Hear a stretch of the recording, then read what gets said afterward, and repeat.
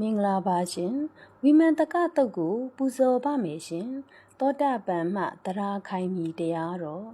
ယဟန်တို့တင်တို့အားတရားအလုံးကိုမြတ်စွာဘုရားသည်ကောင်းစွာဟောကြားတော်မူသောတရားပါပေသည်ဟုပြောဆိုရခြင်းဤအကြောင်းတို့ကအဘယ်နည်းဟုသူတစ်ပါးတို့ကမေးလာကြမူဤသို့ဖြေကြရ၏တပည့်တော်အားမြတ်စွာဘုရားသည်အမဲအကုသိုလ်အဖြူကုသိုလ်ကိုပြိုင်ဘက်ပြု၍တရားဟောပါ၏မွန်မြတ်သည်ထက်မွန်မြတ်သောမြတ်စွာဘုရားတရားဟောသည့်အတိုင်းတပည့်တော်သည်ထိုတရား၌အချို့သောတရားကိုအထူးသိ၍တရားတို့၌ဆုံးဖြတ်ခြင်းသို့ရောက်ခဲ့ပါ၏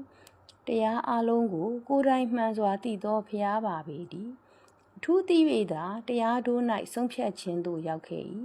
ယဟန်တို့မိသူအားမဆိုဤအကြောင်းတို့ဖြင့်မြတ်စွာဘုရား၌ယုံကြည်မှုတတ်တာသက်ဝင်၏သောတာပတ္တိမေတ္တိသာလျှင်အကြောင်းအရင်းရှိ၏ခိုင်မြဲ၏လောက၌တစုံတစ်ယောက်မျှမရွေရှားစေနိုင်ဟုဆိုရ၏